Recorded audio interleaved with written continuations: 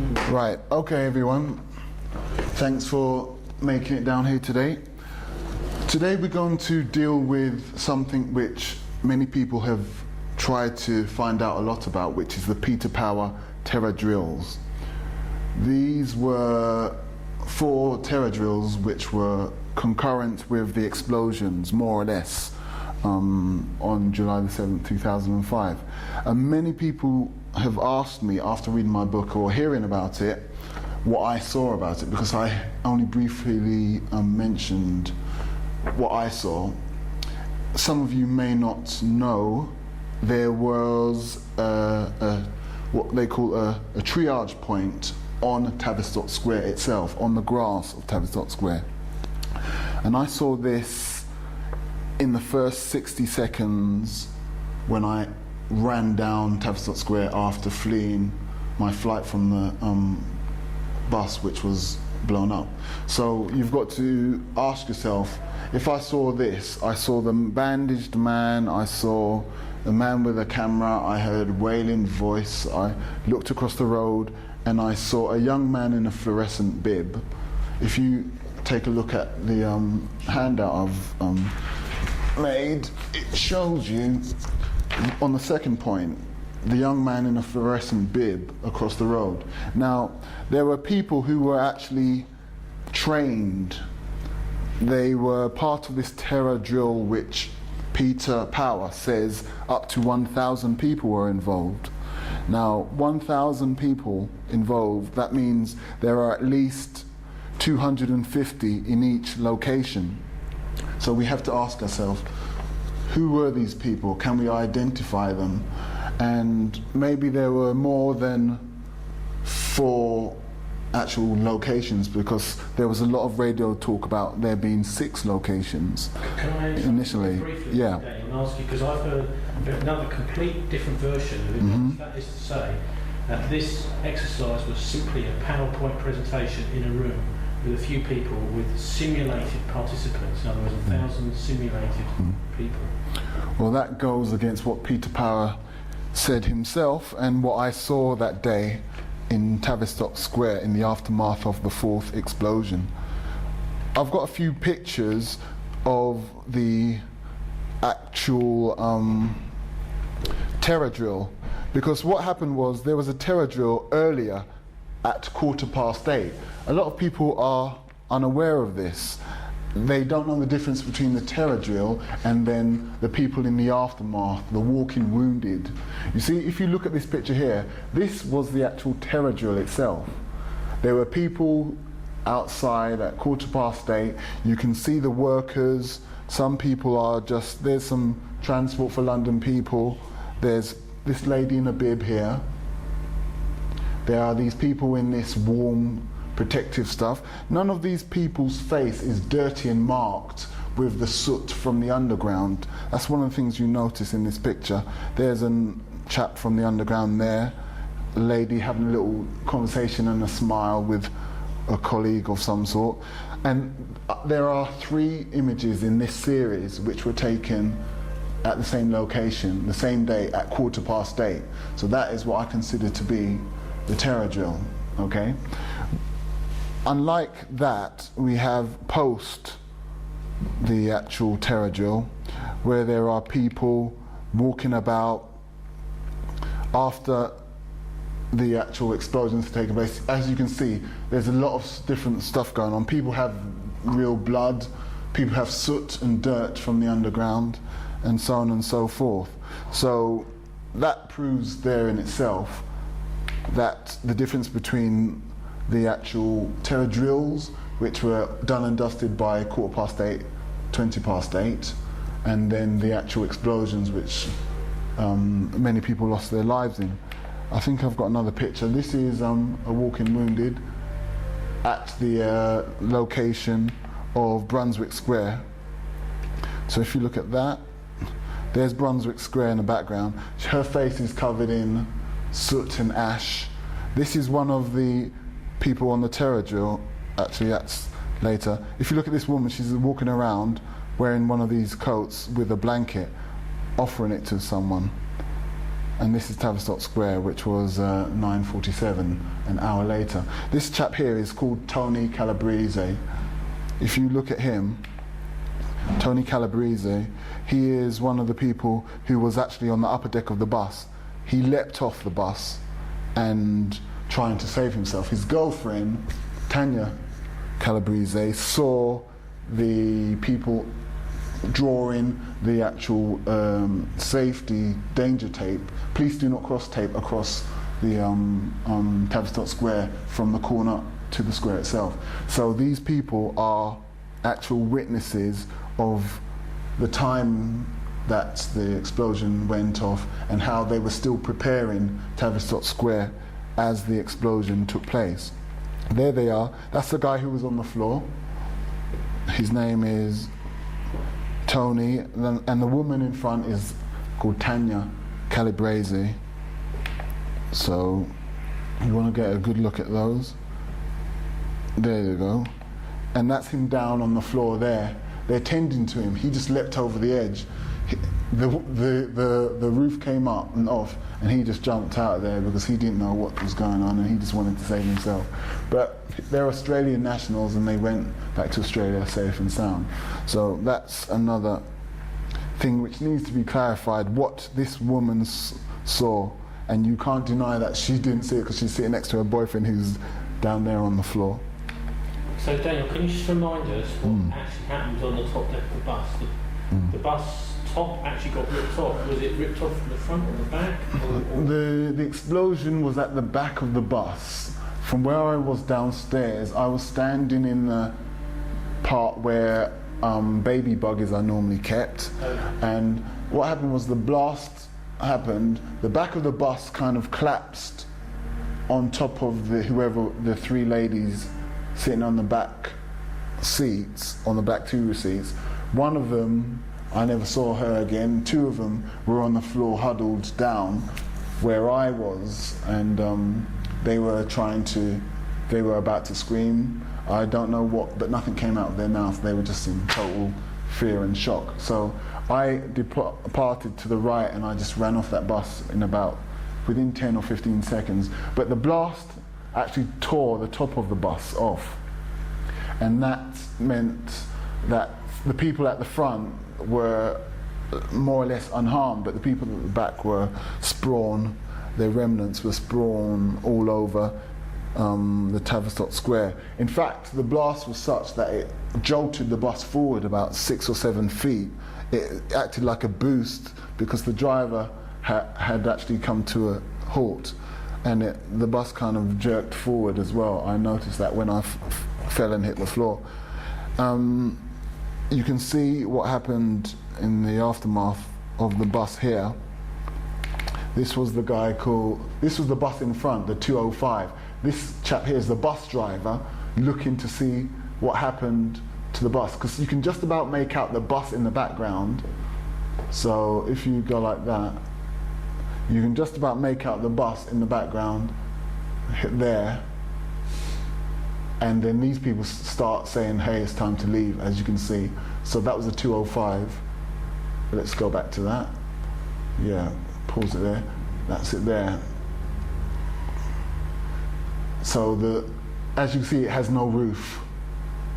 It's just, and there's a bit of a haze of a smoke from the blast. So this is within the first minute or two of that bus exploding. So that's there for your, okay, you got that, Tony? Right. Okay, the next thing I want to show you is this chap here who appeared. His name still unknown 3 years after the actual incident. This man appeared relatively fast within the first 60 seconds. There's been a lot of talk about him online, who he is, who his identity, where he works, or who he works for, but as yet is unknown. He was, it turned out, one of the people involved in the terror drill, one of the 1,000 or so people that Peter Powell spoke of. And I realised this because he was also spotted in Russell Square in the aftermath of the Russell Square, and then he was taken to Tavistock Square an hour later. If you want to have a look at this footage here, you'll be able to see how his journey went. Let me see, these guys carrying him off. Oh, that's him. I think we've seen that one. I think I'll move on for the moment and show you actually the map of where the bomb took place, and how, if you zoom in, this was where this guy was here, and the bomb was up here at the front. So you have to ask yourself, how can a man be on board the bus and actually receive such injuries and then be ahead of the bus when there was a lady who was covered in blood from the bus, the same blood that you see splattered up all over the British Medical Association.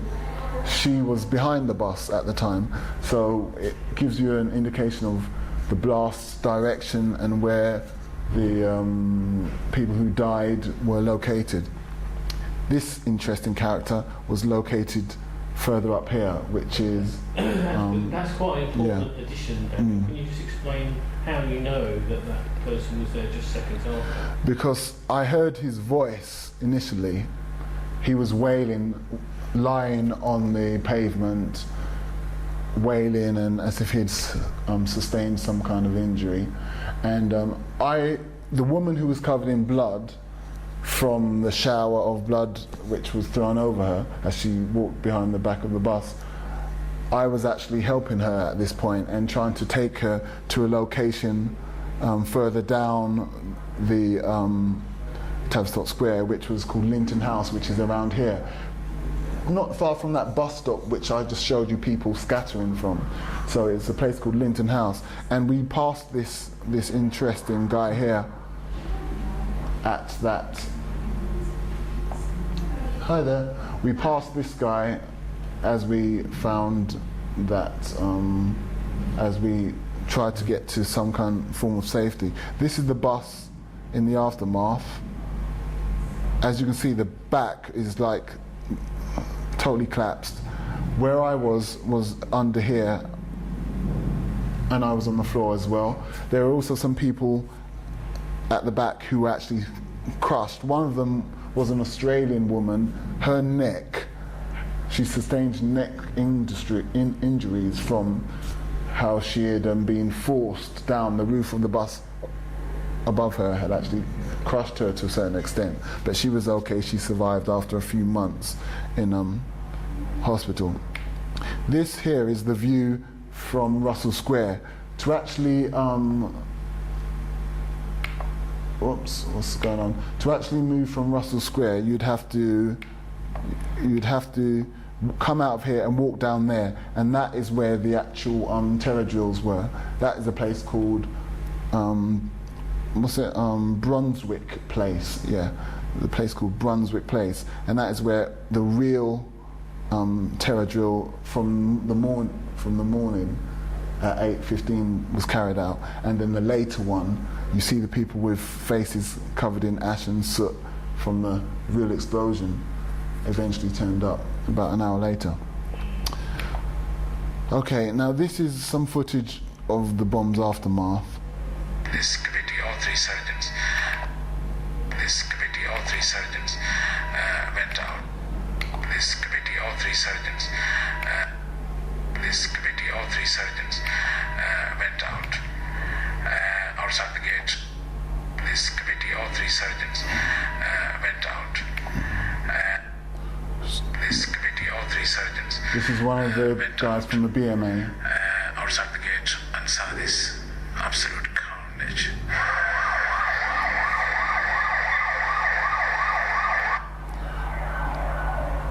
Okay. Right. If you have a look here, this is the scene afterwards, the back of the bus is totally collapsed. I think I'm hovering around here. I may have darted all the way down there to get as far away as I could initially, but then I kind of got curious about what was going on. If you notice, there's some doctor parked his Jag there, so that shows you how early it was, because that was removed. So the bus is the bus facing away from this? Or? It's facing away, it's facing down. So that's the back of the bus, that's the front of the bus. I don't remember anything of the... There's the Tony Calabrese down there being treated, so we can... Blast at all. There's myself catching a bit of a... wondering what's going on, whether should I stay or should I go. I woke up with my head on my knees and realised there was something in my mouth. Don't remember anything of the blast at all. I woke up with my head on my knees and realised there was something in my mouth. Now the thing that I kind of found confusing, they went to these people and said, can you please explain what happened on that bus? Now they have people like this lady who says she doesn't remember anything about the blast at all, and she had to be helped off the bus about 15 minutes afterwards. The two girls on the floor were too frightened to leave the bus. I just got out of there because I thought about, hey, maybe there's a secondary explosion about to take place, but the two girls were like cowering on the floor. Obviously they had no idea what was going on, but I knew instantly that it was a bomb, so I decided to get out of there. Now, for whatever reason, the media began to seek out survivors who had no recollection of the blast, and that's why today we're still scrambling around for this kind of proof. And the only proof up until now that things were pre-planned are Peter Power himself.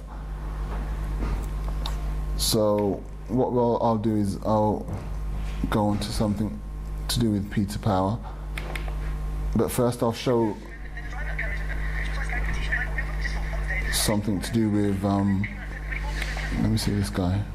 Okay, this is another. If you look up there, that is the direction of Russell Square, and to her left down here is where Brunswick places. So all the actual survivors would have walked down that street, more or less. And who appears here?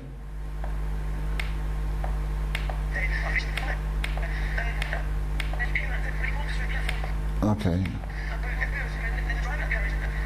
There we have an interesting character. This person here, this is a man by the name of Peter Jones, or we assume his name is Peter Jones, but he is the person who was supposed to have been on board the same bus as myself and witnessed an Asian man acting strange with a rucksack. So there again, we have to ask ourselves, what is this man doing here in this location? We know he's walking towards the direction of the terror drill, which is about 2 minutes from where he is. The terror drill in Brunswick Place. So again, how can a man be on the bus in Tavistock Square and be at this location? Is he like the bandaged man who was at the terror drill and then repurposed? Anyway, this man had a lot to say about what went on the bus, even though he purported to be on the lower deck, and I never saw anyone fitting his description on the lower deck of the bus. I was the only male passenger on the lower deck of the bus in the last phase, and there were about 3 females and the bus driver, and that was it on the lower deck. Okay. Right. Are there any questions so far? Yeah. You're one of the weirdest things about the bus bomb for me is there's a strange picture with everybody who was on the top deck sort of stood on the top. I don't know if you've seen that picture. And they look as if they're a bit lost and they're not sure where they're supposed to be going. Now, I don't understand why those people were still there. If it was me, I would have got off the bus straight away. And I wonder if you've got any idea. I mean, was the stairway blocked or anything like that? The stairway was destroyed. So that's quite simply the reason why many people had to wait for some assistance to actually get off the bus. The stairway had collapsed. There was one woman who tried to get down there. Eventually, actually, she waited for someone, and she was actually extracted. But no one else got off that bus unassisted, apart from there was an old African man and another woman who kind of slid down the sloping back of the bus, and I saw them get off and walk down towards UCL, and there's evidence of that on the web. But other than that, everyone else had to wait to be extracted. It was quite confusing because the first thing I saw was those guys scratching their heads standing at the top of the bus as I got 25, 30, 40 meters away from it. And to me, it just didn't add up. If the bus had no roof, something had destroyed it, but there were people there. So that was one of the first things which said, oh, this is going to be one confusing day, you know.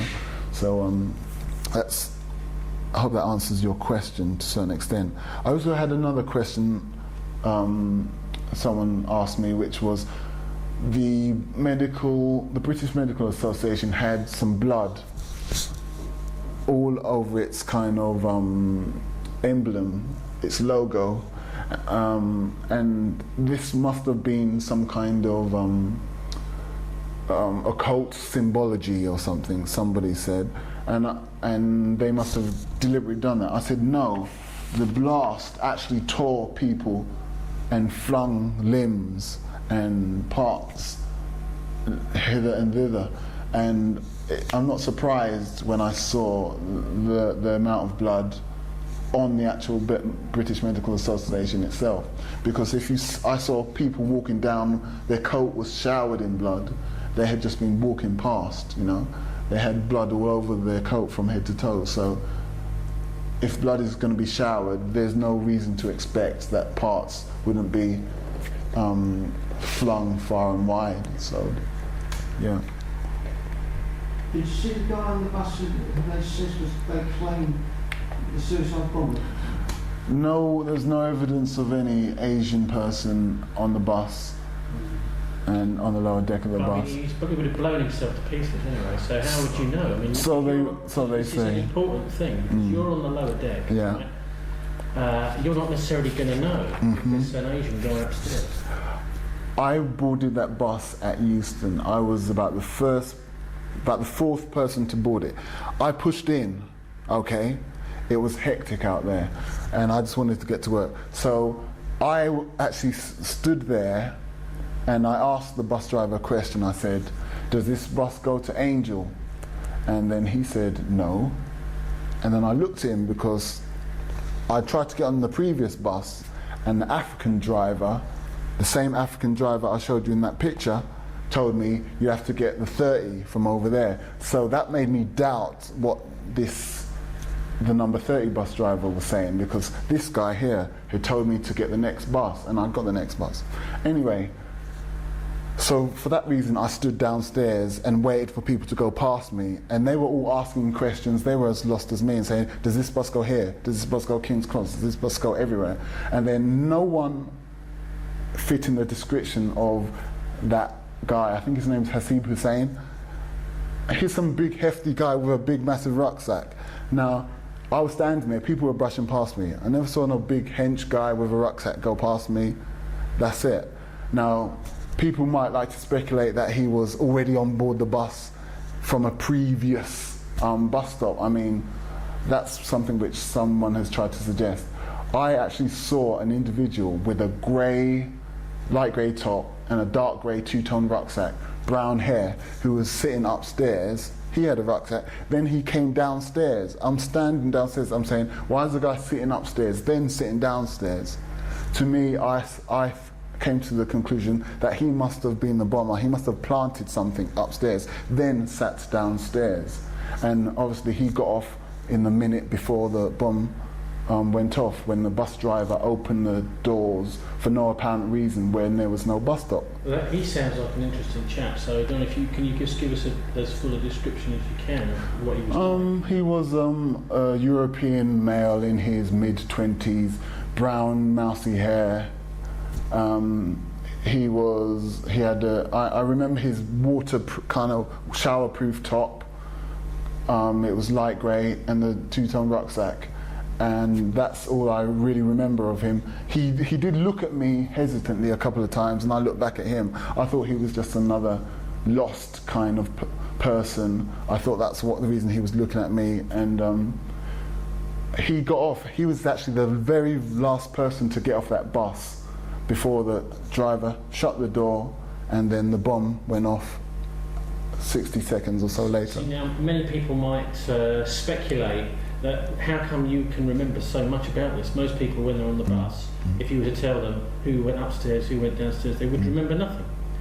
I remember this like it was yesterday. I mean, for some reason I was standing there. I was really thinking I shouldn't be on this bus. I should be on the bus in front. That's why I was getting a bit agitated there, and I was seeing what was going on, the delays, and I was looking out the window and saying, why the hell is this bus getting nowhere? So when you're in that state, looking at things and questioning everything, that's how I am as a person, I suppose. I mean, I saw this guy, and the thing which made me ask questions was, why did the bus driver stop the bus when nobody had rung the bell and open the middle doors and not open the front doors? That's what he did, and that's quite a few people got off from upstairs, a few people from downstairs as well, and then the very last person was this European man with brown hair, a light grey rainproof top, and a two-tone dark grey rucksack. So to me that speaks volumes, because you have to ask yourself, things normally happen naturally. You ring the bell, bus driver stops, you get off. The bus driver doesn't just stop, open the doors and no one rang the bell, okay? That's all I'm saying. That was an irregularity which drew my attention. And then here we have the African bus driver from the 205 in front staring at what remains of the bus to the rear. Let's see if we can zoom in on that. Yeah, just about we can see the bus without a roof. And people were just in a panic. I actually picked myself up off the floor and just ran straight down towards this bus stop here, and I was just kind of incredulous when I turned around and saw the people at the top of the bus scratching their head as if, hey, what's going on? It's just very confusing for that moment. So I think that kind of outlines what happened in Tavistock Square and how we see people moving from one location to the other location, people claiming to be in this location when they were in that location, and the whole idea of the terror drills coincides with this idea that things were going off in various locations. At the same time, these terror drills were being coordinated. So it leads us to actually ask ourselves, is there a way that we can verify certain things about the Peter Power terror drills? And that's what we're here today. So, I mean, if anyone has any questions about the terror drills, because it's been on ITV and BBC and Radio London, so. Can I start saying? Yeah. And like you, I think it was an inside job personally, but the one thing what goes against it is that guy who made that video saying he was a suicide martyr, that guy, not on the tube, on the train. What do you think about it, and what does anyone else think about that? That is, you're talking about Khan and Tanweer. Yeah. There's information about Khan and Tanweer that they were already signed up to do jihad, and they had gone to Pakistan to do jihad and made those videos for that, but then it was cancelled, and then they came home, and then they got picked up by British intelligence and were somehow used or. But what you've got to understand is the two of them, they did a video because, hey, they believe in that. They believe in jihad. But that is slightly different from saying they planned and executed 7/7 on their own with bar of soap or a chapati flour or whatever they say. Yeah, so I mean, but the one thing which goes against it being coordinated by them is, in fact, Hasib Hussein. Was he part of the training, the group of people who were training to do jihad? He was just a teenager who lived with his parents, and somehow he's been credited with destroying the bus bomb, whereas I was on board that bus and I never saw him. So that just makes me naturally ask questions about the first two. You saw the MI5 Jesus plant the bomb or something? I didn't see him. I haven't got X-ray vision. I can't see upstairs, but I knew he was upstairs. Then he came downstairs, and then the bus driver opened the doors. Someone like James Casbolt, I don't know if you've heard of him. He named the people who actually did the bomb. I think I've read his site. He claims to be MI5, but obviously he's probably worked for the services, but it's a bit of disinformation if he says he's given away his own people. You know what I mean? It doesn't make sense. So yeah, it's interesting. Yeah. So okay, so we've got a conjecture here. Yeah. That Hasib Hussein, the guy who's supposed to. I think we've got some. Yeah. What's that about? Upstairs.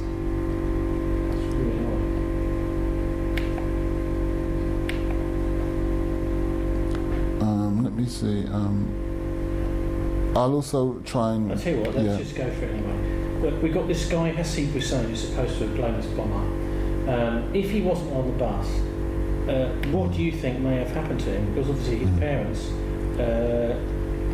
may believe, or some people in Leeds, where he's from, Beeston area, may believe that that he's done this. So if he wasn't on this bus, if what you're saying is correct, have you any idea what happened to him, or where he died? That's a very strange one.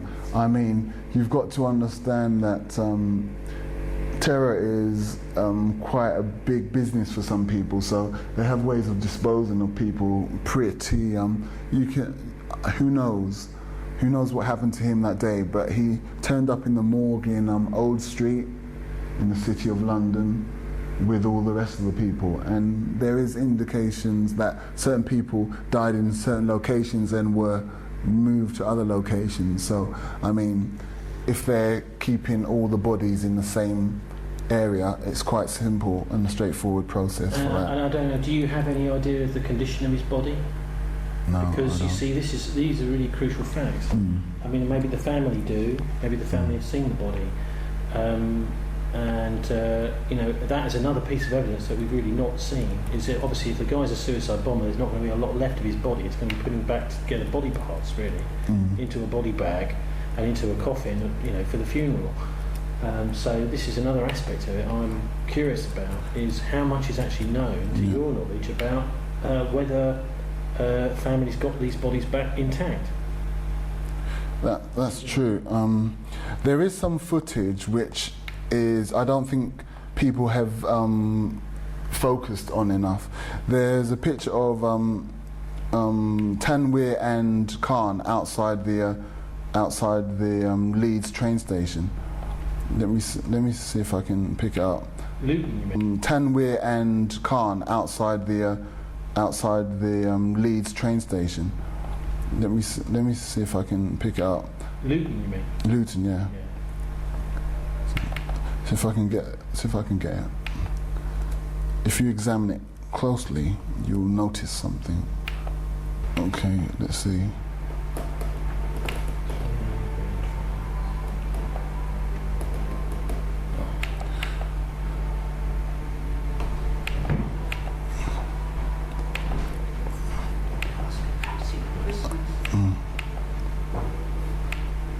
There was some footage, that's what I'm looking for.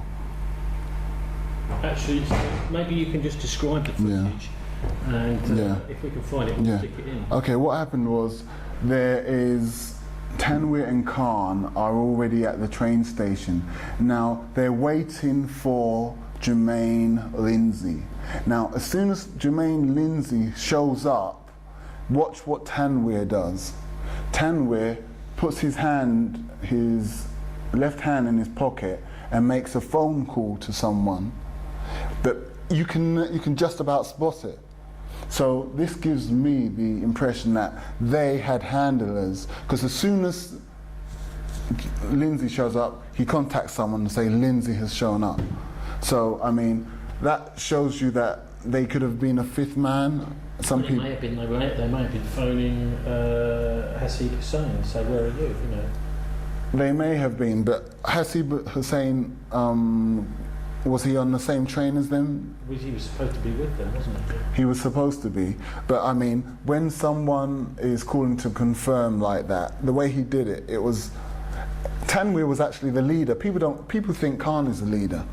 Khan was not, as if you look at Khan's demeanor. Khan, he's got one kid, he's got another kid on the way. He's a quiet sort of like person, although who knows, because he was a jihadist. That's his ideology. I'm not saying he's not a jihadist, that's his ideology. But if you actually have a look at Tanweer was the ringleader. He was like, he's into this, he was the one in communications, he was the one at the front leading them. They've messed around with the photographs a lot going into the station, and people have already commented there's a bar going through a guy's leg and this, that and the other. So I wouldn't take those for gospel. But if you actually understand who's the ringleader and see how the ringleader is in contact with the fifth man, you know. Right, because in initial reports straight away after the bombings, we heard that there was this guy, Haroon Rashid Aswad, that had been in contact with all four of these guys, the alleged bombers. Okay, where did you get that? In the week previous to. This guy, Haroon Rashid Aswad, who's from Dewsbury, which is not far from Leeds, and he has been very, very closely connected. Well, I mean, there's pictures of him with Abu Hamza in the back of a cab. I mean, he's a big friend of Abu Hamza, he's part of Al Mujaroon. Now, this guy has been sort of spirited away. He was taken to Kenya. Somehow he disappeared after the London bombings. He appeared in Kenya, and then he was arrested and then released, and then he went, I think it was to Pakistan, where he was also arrested and then released, and now he's apparently in Britain. In Belmarsh prison he was for a while, now apparently he's in Broadmoor, awaiting extradition to the United States. So here is another person who was connected with these four guys, who could possibly have been, the person that Tanweer was talking to. Maybe if you...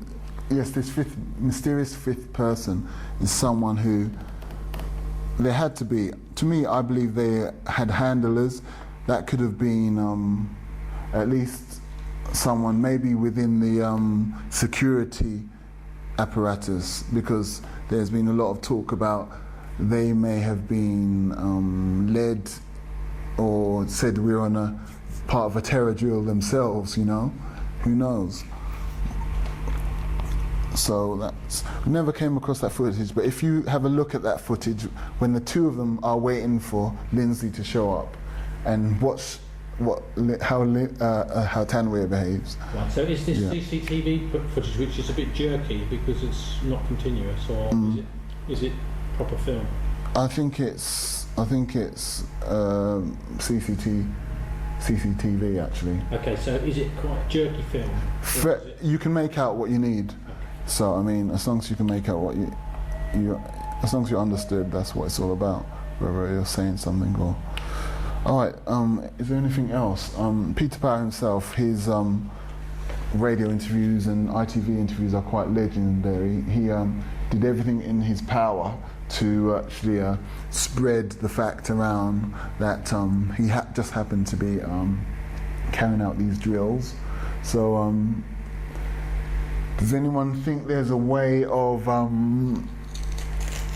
know online they're all talking about, we could get him to actually put his point of view across, but I think he's tried to do that in a number of ways. Earlier you were saying that on the BBC website. He's appeared on the BBC website, naming the company that he was doing the drills for. So you might want to have a look at that. Mike Rudin's blog. What was the name of the company? I can't remember, but it's up on Mike Rudin's blog. And the interesting thing about them is that it's it's a company that until about 2 years ago was organised the main arms fair in Britain. Okay. That is to say, they have very, very close connections to private, what Eisenhower called the military-industrial intelligence complex, right? Whatever. So, private profit through death and destruction is the company that is actually running this Visor Consultants Peter Power terror drill, which I found. I mean, the first I saw, I didn't realise the significance of it, the name of the company. But somebody on our forum pointed out, these are the people we were. He was someone that used to go down to Docklands to protest every year against the dicey arms fair, where some of the most powerful multinationals in the Western world, particularly US, British and French, market their weapons, including illegal weapons. Some things like torture equipment were on sale there. Electric shock batons, this kind of thing. Interesting. And this is the same company that was actually commissioned this Peter Power Visor Consultants. I mean, in any normal world, this would be explosive news. And the question is, how were they allowed to do that drill in the first place? Because they must have had permission. They do drills all the time. Yeah, it's true. Yeah, they do a lot of drills. And I think the thing is, why is it that this is not of no interest to the police? Mainstream media, yeah. Well, to the police as well. Yeah. Anyone that's actually investigating the London bombings. Now, it looks to me as if the police have pretty much given up on it all. What's your personal take on the bombs? What do you personally think? Well, I think the public and the press and the political classes have been conned by the London bombings into being getting behind further wars against Arabs for oil. But do you think it was a false flag terrorism operation? I mean, I don't know about the technical terms, but I don't think it's by any means certain that the four guys that everybody has been told and assumed did it, that actually did it. I mean, it's been trialled by television, and there's been no inquest into these four guys' deaths, and there's been no inquiry. The other thing which makes me very suspicious is that the political capital that's to be gained from having an inquiry after it's been blocked by Blair and Brown, you would think that if Cameron wanted to pick up a few votes, he could stand up on a stage and say, I think there should be an inquiry. But he doesn't. In fact, he's totally against an inquiry. He believes that an inquiry would be a waste of time and money, and he's aggressively against it, which is interesting because David Davis appears to be supporting the idea of having an inquiry. I find it absolutely astounding as an ex-reporter in a London radio station in GLR years ago that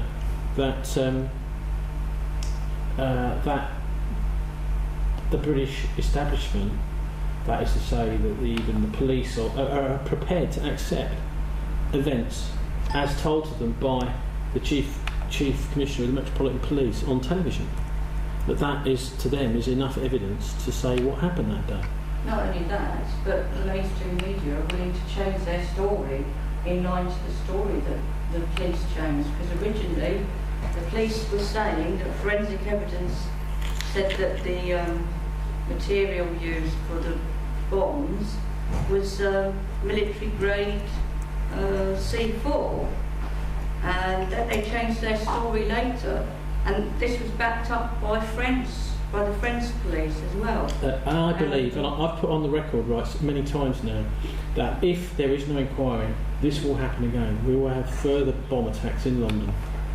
And this, to me, is a matter of national security, and I find it incredible that the police and the media are just not interested in it. Yeah, but this is important too, Tony, because the police did change the story. First of all, they said it was military-grade C4 explosives, and they said that forensics proved that there was traces of C4 in all the scenes, all the bomb scenes. And then they changed the story and said, no, it was only TATP. But in actual fact, TATP is only used to detonate bombs. TATP cannot explain the massive explosion and the ripping apart of the metal.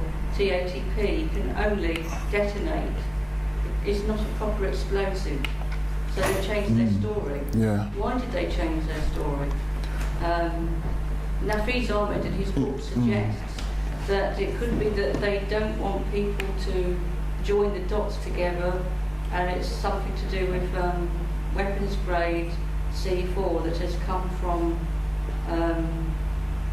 some source that they don't want people to know.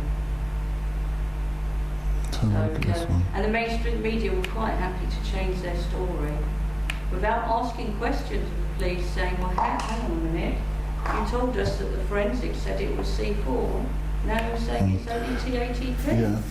What you've got to understand is there were 4 bombers. Right? The first 2 were Tanwi and Khan. Now these guys were, these guys were jihadists. So they brought along with them a couple of homemade devices.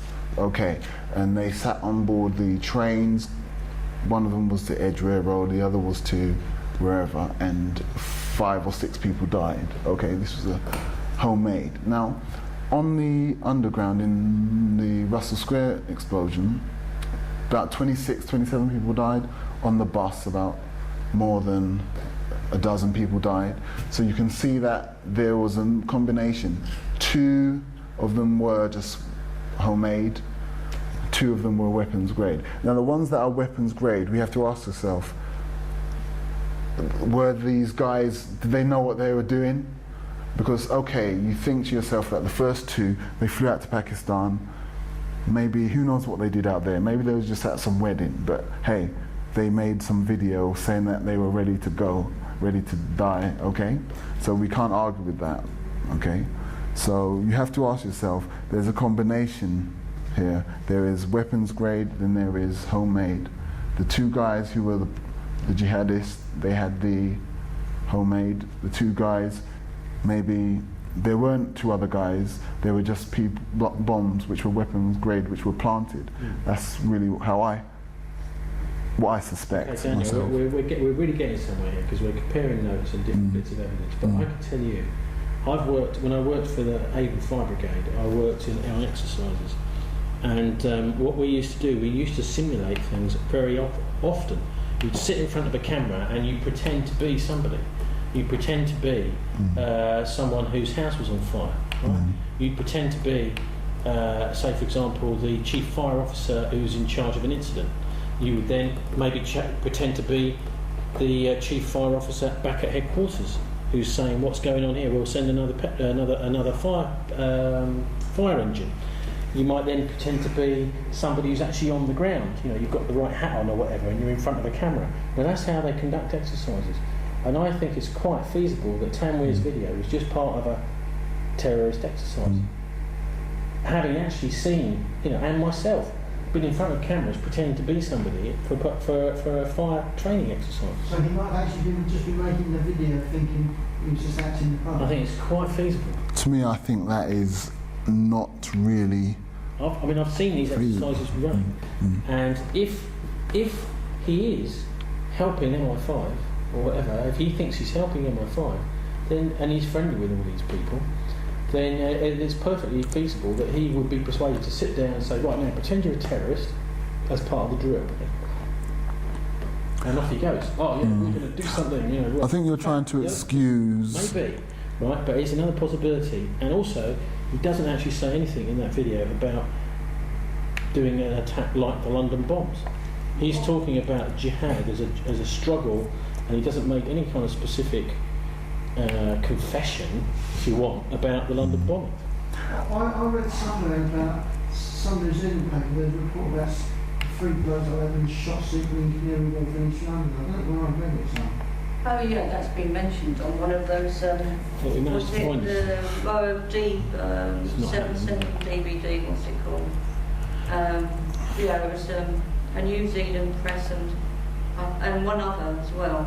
And somebody tried to find out the reporter, someone from our group. You remember? We were at a meeting. Jasper tried to phone up. I can't remember what it was.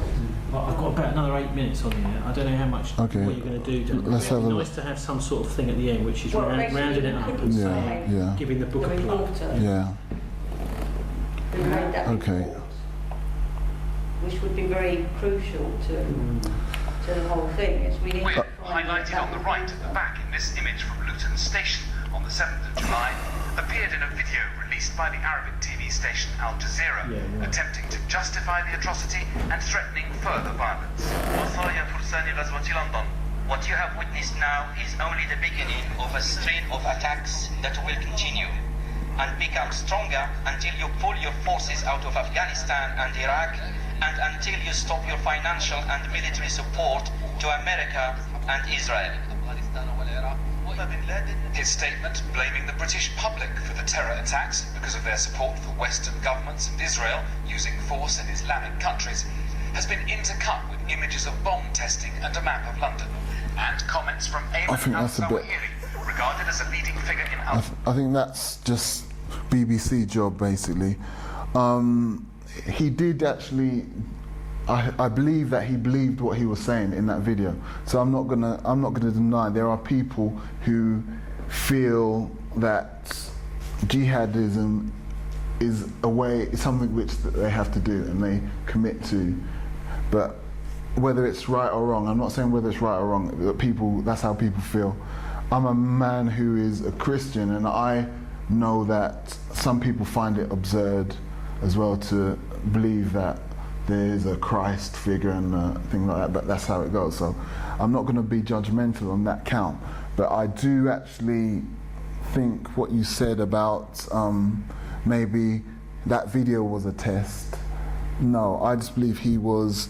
Sometimes you get picked up by the cops. Sometimes you get picked up by the police. I mean, I'm a person I haven't had any dealings with the police, but I know people who have, and what they do is they manipulate you to a point where they can use you. They won't necessarily come and do whatever it is you're doing, but they will manipulate you and use you. And I feel that's probably what happened to those two, and we can see the results. Myself, my own experiences, I've had involvement with anti-terrorist branch, and they were playing all these kind of psyops things with me, like, oh, why are you going to say it? They thought I wouldn't say anything, and I did. And then I totally locked myself off for a few months and decided what I'm going to do, because these people, I realised I saw something then. First they put me under suspicion of being a suspect, which I was saying, this has got to stop. And then after a while it wasn't stopping, even after they blamed these 4 individuals. So I said, I'm going to have to get my story out. I went to the press, and I realised the press were going to change my story. They were going to make me say that I saw Hasib Hussein on the bus, which was a lie. So I backed out of it. And then I wrote my book, The Fourth How are Bomb. they going to make you say something? They showed me a photograph and asked me to say, did you see this person on the bus? And I said no, and they said, remember back. You know how it is, they're trying to suggest. Obviously I'm not dumb enough to actually say I saw something which I didn't. It was one of those ones, so I mean, hey, I'm not going for it, fair enough. I was back to my own means. It was only. So did they show that? They showed me a Show picture. you saying no, I didn't see this person. No, they showed me a picture of Hasib Hussein. This was before he was in the newspaper and everything like that. This was like days before, because I went to the press about a week after. But Hasib Hussein wasn't all over the newspapers until about 14, 15 days afterwards. Yeah. So they showed me this Asian kid, and I said, no, I never saw him. I never saw any dude. Are you sure you never saw him? Yeah, I'm certain. You know, so I could see what was going on. They needed something to hang it on, And So that was the police or the media saying that? that was a guy who worked for the Sunday Mirror. He worked for the Sunday Mirror, I was led to believe. But I've seen him on TV working all over the place, who knows. But anyway, I didn't go for it, didn't buy it. And then I started keeping a notes of everything that was happening. There was these guys, I'm going to work, they're where I work. I'm going to eat lunch, they're where I'm eating lunch. I'm going to jog in a park, they're in my park, stuff like that. So who are these people? I have absolutely no idea, but that's what they do for a living, okay? So I kept notes, took advice. I know people who are activists, they've been through this in the 70s. They say sometimes police will come and kick down your door and stuff like that, all that kind of malarkey, but that's slightly different. This is more to do with secret services rather than old Bill. So I consulted lawyers and I just kept a note of everything.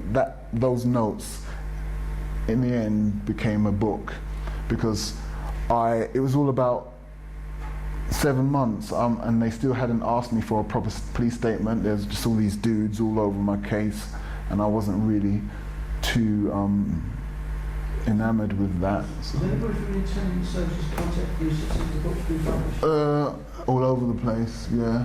Every time you see all this stuff I'm doing, every time I'm doing my book launches, some of them try to attend, but I did the book launch with a Nigerian group, so the guys tried to get in and sorry mate, you weren't Nigerian.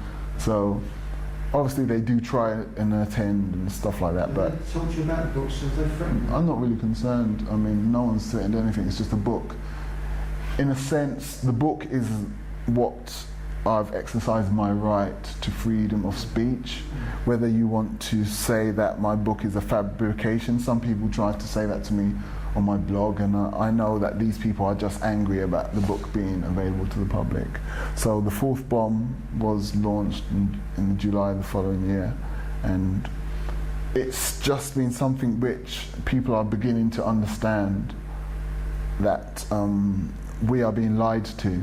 I mean, when Blair was doing his jiggery-pokery, people got the sense that this new Labour that they loved so much wasn't all it had painted itself to be. So, I mean, the book stands there, but it is a kind of good thing about this country. They're trying to take away our rights. So, I mean, I'm going to stamp on the ground and say, this is my right. They actually got some big-ass lawyers to send me some stuff, and they even bought it off my website, and then, you know, they looked over it, but obviously people are still trying to keep a barge pole distance from it as we speak, because it's a bit of a hot potato. So how can anyone that's listening to this, get your book? There's a website called thefourthbomb.com which sells it. There are numerous shops in and around London, Houseman's and Centerprise, in King's Cross and in Dalston, and a few other shops in South London as well. But online is the best place, the website. It also furnishes you with information and footage from that day, which is... So Daniel, have you met with other people that have survived the 7/7 incidents, and how do they feel about your walk? And I've met with people who lost loved ones that day. So really, with me, I'm A-OK. So you've got to feel for them, really. That was I think about 18 months ago. So, but they've written books. I mean, a guide has done a film about it as well. It's called the Homefront movie. So that's the one, yeah.